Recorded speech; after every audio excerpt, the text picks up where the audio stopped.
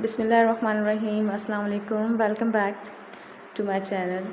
और जैसा कि आप लोग देख रहे हैं कि आज हम बनाएंगे नारियल की बर्फ़ी।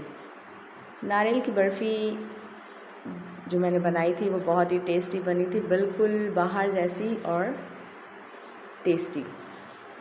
तो मेरे चैनल को सबसे पहले आप लोग सब्सक्राइब करें, लाइक करें और शेयर करें। सबसे पहले हम इसके इंग्रेडिएंट्स नोट करेंगे। इसमें हम लोग यूज़ करेंगे नारियल या पिसा हुआ खोपरा, जो कि 150 ग्राम मैंने लिया था।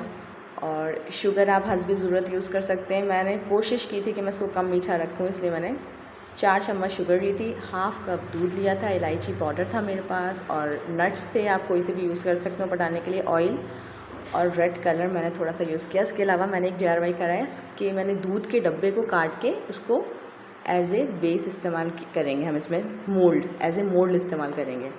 सबसे पहले पैन में हम ऑयल डालेंगे। ऑयल शुरू में मैंने कम डाला था, लेकिन बाद में मैंने और ऑयल ऐड कर दिया था, क्योंकि मैं समझ रही थी शायद खोपरा जो होगा वो अपना भी ऑयल रिलीज़ करेगा तो ऑयल ज़्यादा ना हो जाए, लेकिन ऐसा कुछ भी नहीं हुआ। ऑयल बहुत कम था, मुझे बाद में और ऐड करना पड़ा। तो तकरीबन हाफ़ कप ऑयल हम 150 ग्राम पिसे हुए खोपरे में इस्तेमाल करेंगे। अच्छा, पैन थोड़ा बड़ा लीजिएगा। मेरा पैन थोड़ा छोटा था तो मुझे चलाने में थोड़ी सी परेशानी हो रही थी। पहले हम लोग खोपरे को हल्की आंच पे भूनेंगे, इसलिए कि अगर हम तेज़ आंच पे भूनेंगे तो ये इसका कलर ख़राब हो जाएगा। और उसके बाद हम इसमें दूध ऐड कर देंगे और दूध के साथ ही हम इसमें शुगर ऐड कर देंगे। और उसके बाद इसको हल्की आंच पे हमें चलाते रहना है, भूनते रहना है। सिर्फ इतनी देर आप इसको भूनेंगे कि इसकी जितनी भी शुगर है वो इसमें मेल्ट हो जाए। जैसे ही शुगर मेल्ट होना शुरू होगा तो ये फ़ौरन ही इसका जो हम खोपरा है ये स्टिकी होना शुरू हो जाएगा। इट मीन्स कि आपका नारियल की बर्फ़ी जो है वो तकरीबन तैयार हो गई है। अच्छा, इससे पहले हम क्या करेंगे, जो मैंने डब्बा बनाया था, जो इसके लिए मोल्ड बनाया था, उसको ग्रीस कर लेंगे।